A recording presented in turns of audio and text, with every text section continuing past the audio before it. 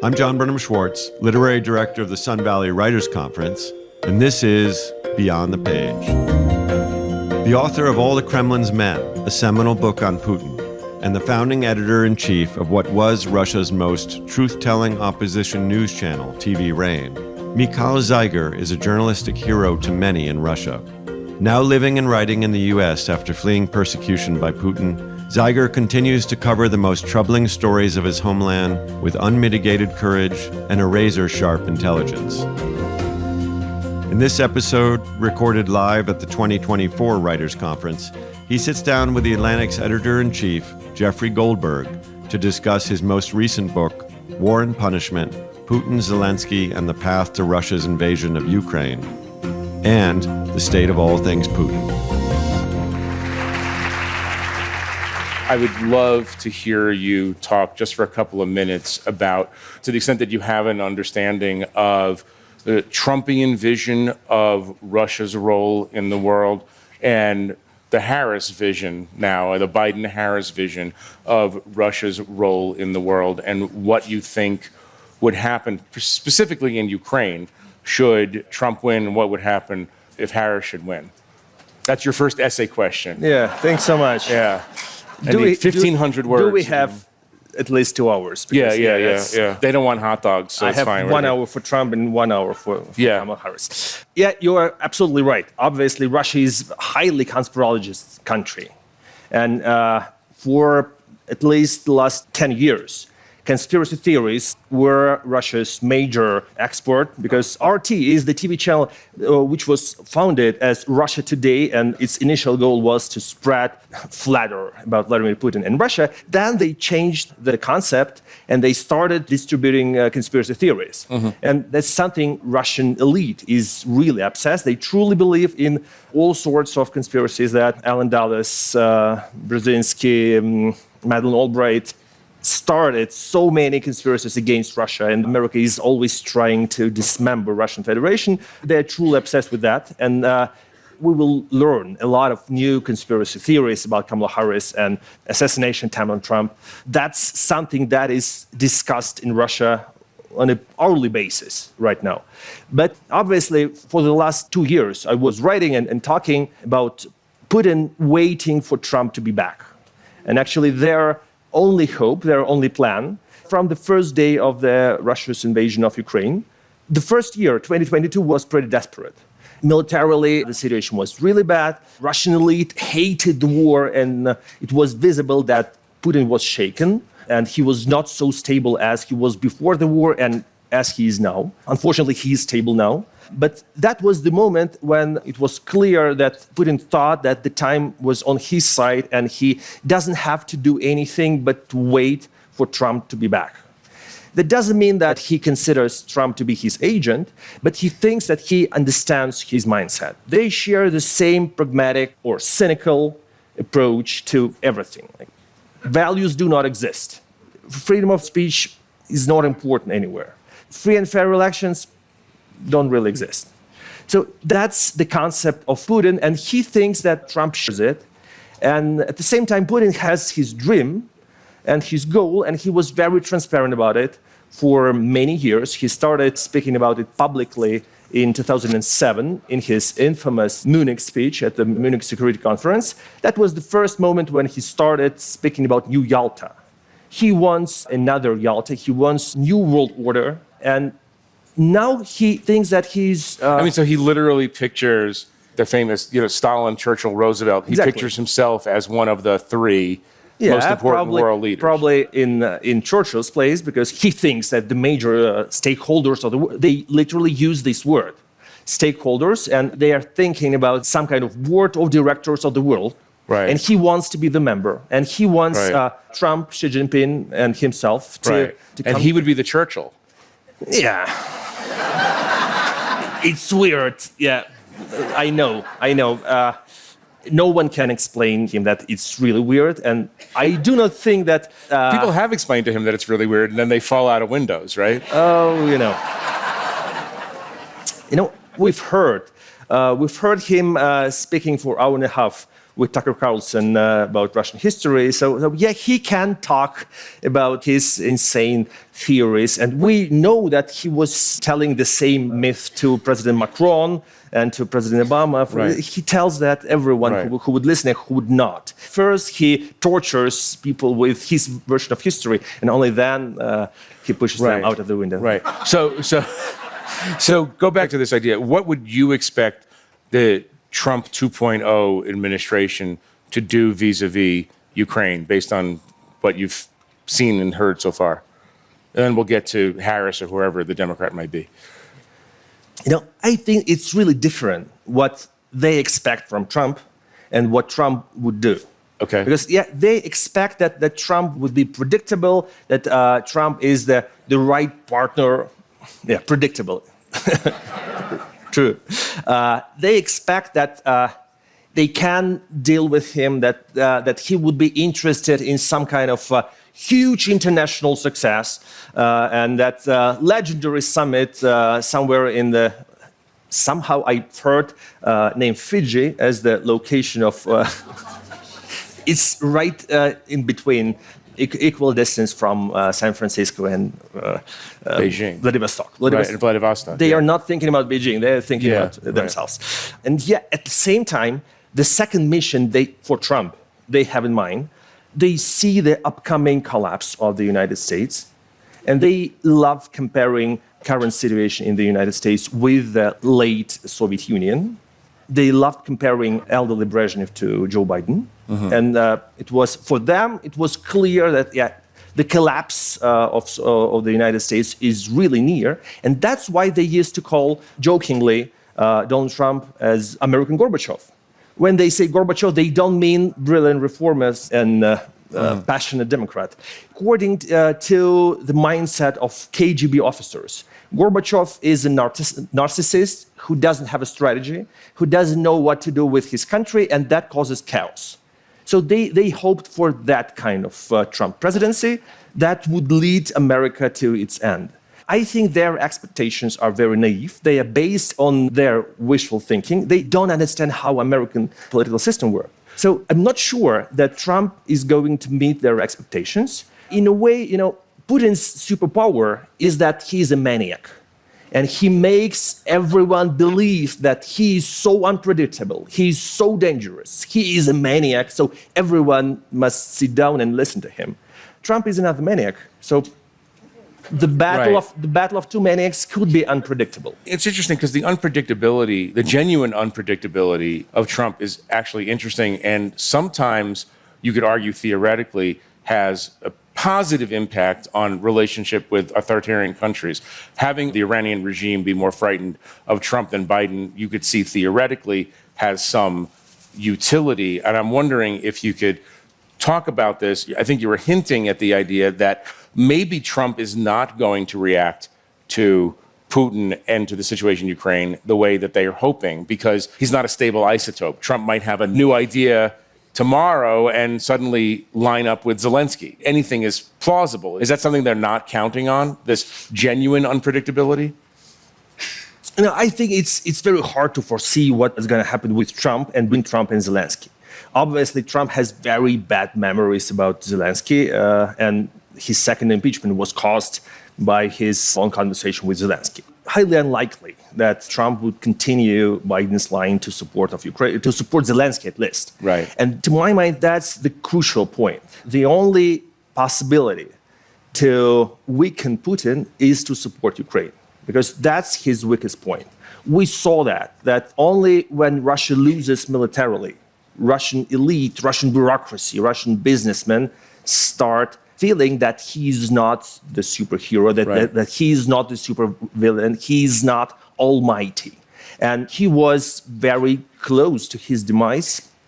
A year ago, when Yevgeny Prigozhin, we almost forgot that name, but he was the symbol of so many Russians feeling that Putin is weak, that Putin is losing his war. And only when Putin is going to start losing this war, his demise could be started by his inner circle. And that's the only possibility to make any change in Russia.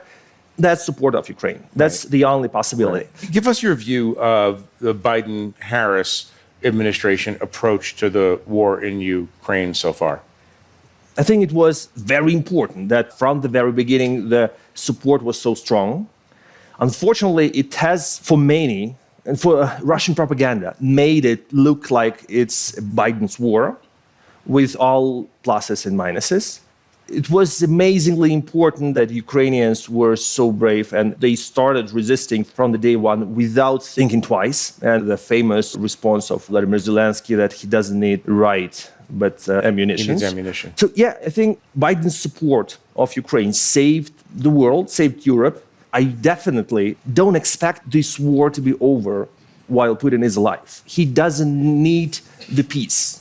He doesn't need any truce. He doesn't need negotiations. And he's going to use any kind of negotiations as the possibility to prolong the war.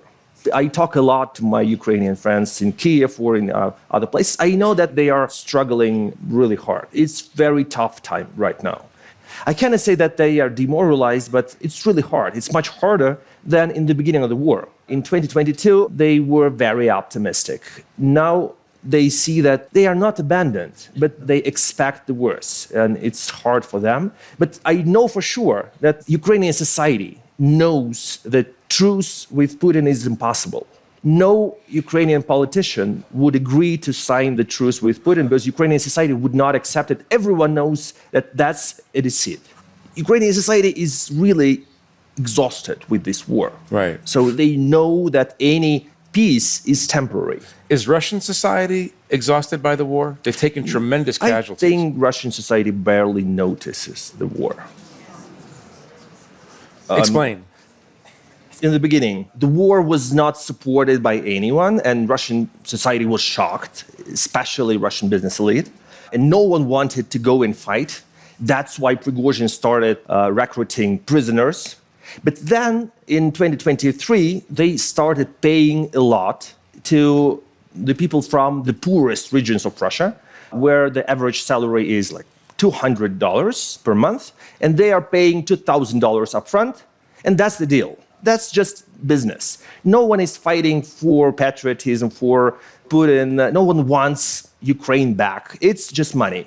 Mortgages, loans, families, and in the news, we hear that people are coming from. So it's not guaranteed that if you go and fight against Ukrainians, you're going to be killed. No, there are a lot of news of people, of veterans coming back and killing their grandmothers or neighbors, and they are not blocking all those news because that's the proof. Yeah, you can. You can go to the war and come back and kill your grandmother, and you'll be fine with that. You're going to be forgiven. All the volunteers, all the new soldiers, they are coming from distant regions of Russia. Ethnic minorities. A lot of ethnic minorities, true. It's barely visible in Moscow or St. Petersburg or in other big cities. Sanctions affected Russia, but not in a huge way, because actually, and everyone acknowledges that fact, that from the beginning there was no goal to prevent Russia from exporting oil and gas. Russia continues exporting oil and gas to China, India, and also Turkey, Kazakhstan, Azerbaijan, Egypt, Algeria, and through all those third parties to Europe. So Europe still consumes Russian oil and gas, and Russia gets a lot of money from its oil and gas. So yes, the standards of living are still the same. Starbucks and McDonald's left Russia, but now Ramzan Kadyrov, the notorious leader of Chechen Republic, owns Starbucks in Russia, and it's still working. It's okay. So Russian people still have the same standards of living.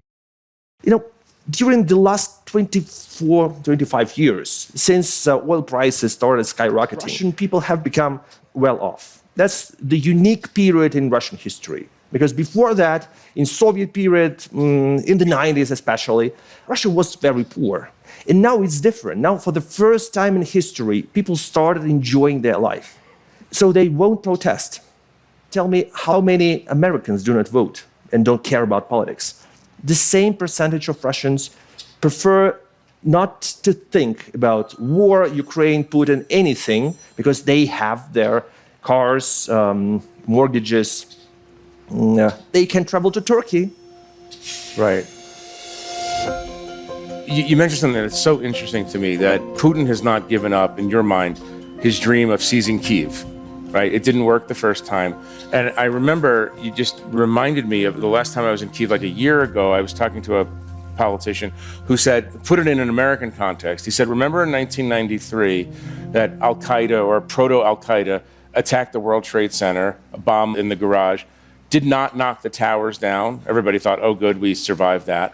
But we learned later that Al-Qaeda was not going to give up until the towers came down. And he was equating Putin in his monomania, in his fanaticism to Al-Qaeda, and saying he's not going to stop until he gets Kyiv. So maybe you could talk about that in the historical context, because I think it's such a great mystery in a kind of way, his obsession with negating the idea that Ukraine is something independent. What does he need emotionally, spiritually from this conquest? Maybe it explains why he keeps going and going and going. Yeah, he has changed a lot during his presidency, but we can imagine what can happen to a person who is there somewhere for 25 years. He's completely in the outer space, and he has changed a lot. Yeah, I have a theory, and I had confirmations from several sources, that the initial source of his obsession about Ukraine is Zbigniew Brzezinski. And that back in 1997... This is Jimmy Carter's national security advisor, and author, Polish-born, hawk, anti-communist. And author of The Grand Chessboard, one of the greatest books about Russian-American relationships. And all those former KGB officers, they read this book. And there, Brzezinski writes that Russia will never be an empire without Ukraine. And they read it as a recipe to make Russia great again. To become an empire again, we need Ukraine. And from the first day of Putin's presidency, which was year 2000, every meeting on international policy, he started with the phrase, we need to do something with Ukraine, otherwise we're going to lose it. And his attitude to Ukraine was changing. In year 2004, when Orange Revolution happened in Ukraine, he became paranoid because he was persuaded by his aides that that was the result of the American conspiracy. And he invested so much money, he spent so much time promoting pro-Kremlin candidate, but pro-Kremlin candidate lost. And they could not tell him that, yeah, we stole all the budgets, we just failed it. They told Americans paid much more. So, it's not because we are dumb. Americans were just clever. And he started believing that everything that goes wrong because of American conspiracy. And the beginning of that process was 2004. So take one step back and explain why Brzezinski believed that to be so. Ukraine was conquered by Russians back in 17th century. There is a historical myth that it joined voluntarily. But actually, all traditional historical narrative of Russia was mostly invented in 17th, 18th, and it has become sacred Russian history in 19th century. So everything we know, everything Putin tells to Tucker Carlson or to any other person, everything that American professors of Russian history teach in the universities, that's the consequences of that myth of history of Russian Empire that was created not long time ago. So you're saying the central myth of Russian Empire is that Ukraine is that Ukrainians and Russians are the same people, because actually Russia doesn't have its long-term history. Actually, Russian history starts with big history, starts with Ivan the Terrible. But before that, many centuries before, there were princes in Kiev. And so actually Russia annexed Ukrainian history and claimed its right that its own. And the founder of the Grand Princedom of Kiev, his name was Vladimir. Unfortunately for Ukrainians, he has the same name as Vladimir Putin, so he is the person who baptized Ukraine in the 10th century. Russia, he baptized all those Slavic tribes that lived in Eastern Europe. According to traditional Russian historical narrative, he baptized Russia. We can view it in another way. He lived in Kiev, he baptized Ukraine, but according to traditional narrative, he was the founder of proto-Russian state. So by the way, what you're saying is it's just as plausible for Ukrainians to say that Russia is a part of Ukraine than Ukraine is part of Russia. So they say, yeah. Yeah. That's very new narrative, but Right. Not very helpful either, but it will never become popular in Russia. right. It's very hard to change the way how people view history in any country, in this country as well. Russian history is very strange one because, for example, reading Russian history is like watching a football match. Russian historians are always rooting for someone, and you don't clearly understand why those people are ours and those are the enemies. Because, for example, the so-called Golden Horde, descendants of Genghis Khan, that was a huge empire that was, all of it was located on Russian territory. So probably it could be very reasonable to consider Golden Horde as its predecessor. Right. But Russian historians prefer to call Golden Horde as the enemy from the east, and they privatized the history of Ukraine. And as Saint Vladimir, Putin's namesake, the founder of Ukrainian state, he wants him to be his saint patron. He erected the monument of Saint Vladimir right next to Kremlin. That happened just a couple of years ago, which looks really, really strange. That guy has never been to Moscow. Moscow did not exist that time. He spoke different language. So it's ridiculous to claim that Saint Vladimir is Russian. He was not. So your argument that much of what we're experiencing in geopolitics today is because Vladimir Putin adopted a set of myths about Russian greatness and has to, in his own mind, carry out that vision. But was Putin always captured by these almost mystical visions of Russian greatness?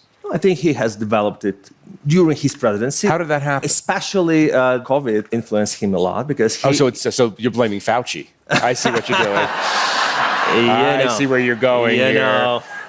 But talk about what happened to Putin during COVID. I'm sure they have never heard his name. Unfortunately, undoubtedly. He spent more than a year isolated. He was very scared of getting COVID. He was very scared. He underwent cancer surgery back in 2013, I guess. So since then, he started being very, very cautious about his health. Sometimes it's ridiculous how people from his inner circle, the closest friends, had to spend weeks in solitary confinement before being allowed to see him from the distance of 20 meters. But he was not alone for that year. He spent it together with his closest friend. His name is Yuri Kovalchuk. That's Russia's only real oligarch, because he's the only person who is just a businessman. He doesn't have any position in the Russian bureaucracy, but he is really influential. And he happens to be the son of the Soviet historian who was specializing on history of Crimea and wrote a lot about sacred Russia. So what happened in isolation? They spend a year talking about, they are very cynical. At the same time, yes, they have that idea of making Russia great again, because that's the only way to keep a lot of people unified. I think it's amazing what's happening in Russia right now, because the popular demand for fascism was rather low, because people started enjoying their lives. People don't need that painkiller as patriotism, because they are happy. They can be proud of their own business, their own families. They don't need to be proud of their country, because that's not the only source of happiness in their lives. But that's what Putin's propaganda started imposing about 12 years ago.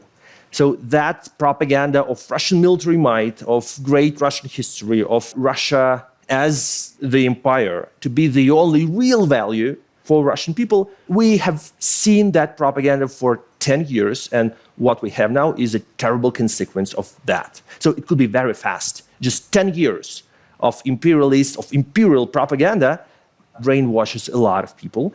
And actually, Putin was brainwashed by his own propaganda. He spent 1 year together with his friend discussing history of Ukraine, wars with Poland, Kiev, Pechersk, Lavra. And yes, he bought his own lives. Right.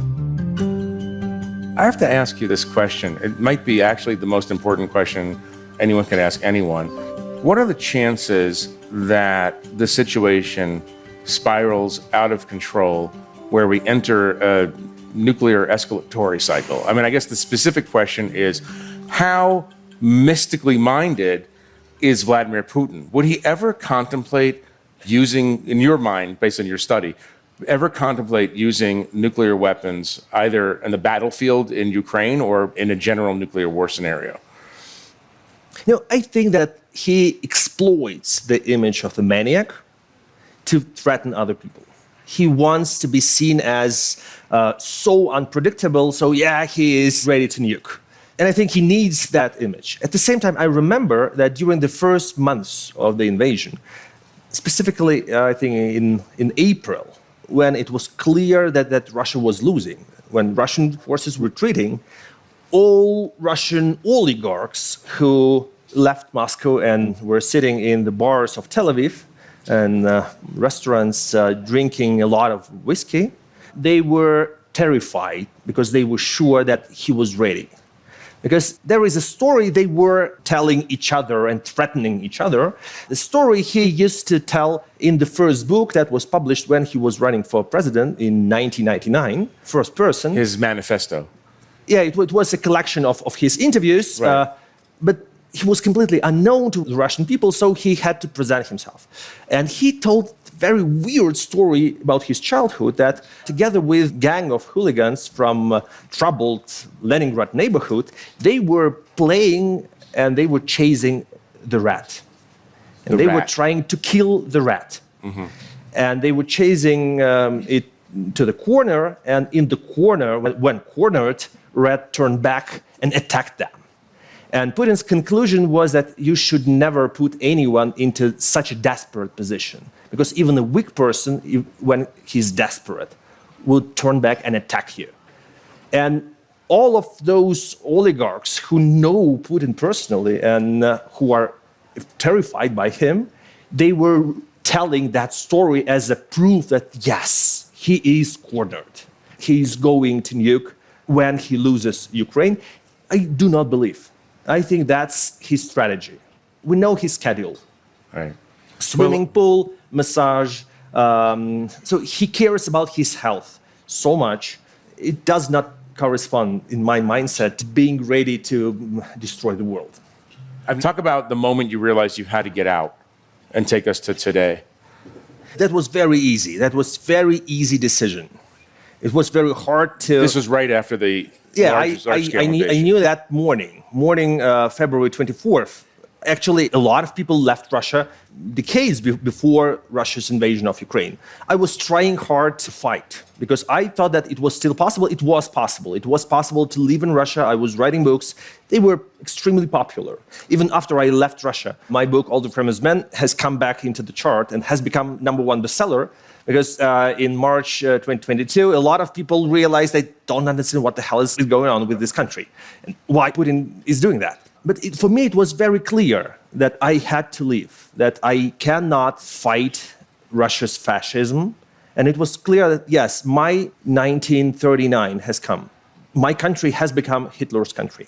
I should fight, but I can't fight from inside. I cannot breathe this air. I cannot enjoy the streets of the city where I was born. And in a way, that was a relief when I saw that 99% of my friends made the same decision. We saw the tremendous exodus from Russia. 1.5 million people left Russia within months after the beginning of the invasion. I have almost no friends back in Moscow. Everyone I know, they live in Berlin, in Amsterdam, in Tbilisi, in Riga, in New York.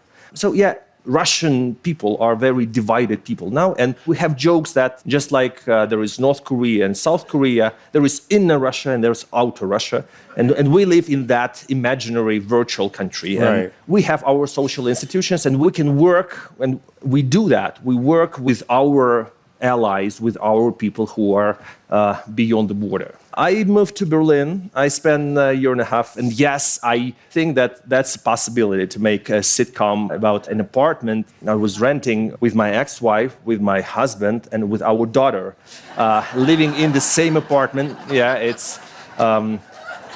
I should mention that my husband is African Russian, so it's unique In another world, sitcom. Zelensky would love to play you, right? If he was still doing comic acting. Yeah. So how did that work? I mean, that's a universal question. Your current husband, your ex-wife, your daughter, in an apartment in Berlin in exile. Yeah, I could find time to write the book. I wrote the book War and Punishment, living in that apartment. And then we decided to move to New York, and my ex-wife and my daughter stayed in Berlin. My daughter is now here in Idaho with me. I'm very happy because of that, and she loves it here.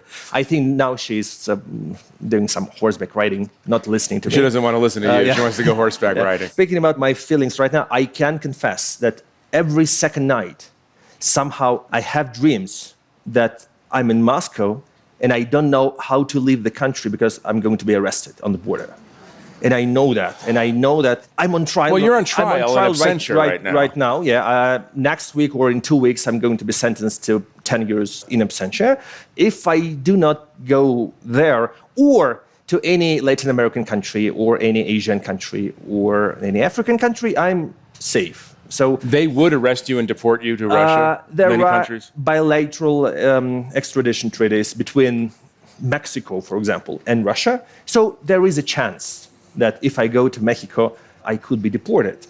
So my world is shrinking, and I can go to European Union or Canada or Australia. I'm sure the people of Idaho would love to keep you here and protect you. So I'm sure that you have a home here. Right? Thanks for listening to Beyond the Page. If you enjoyed this episode and you'd like to help support the podcast, please share it with others, post about it on social media, or leave a rating or review. A good one, we hope. To catch all the latest from the Sun Valley Writers Conference, be sure to subscribe wherever you listen to podcasts. And if you'd like to listen to this conversation in its entirety, or to any of our other talks, you can find them at svwc.com. I'm John Burnham Schwartz. Until next time.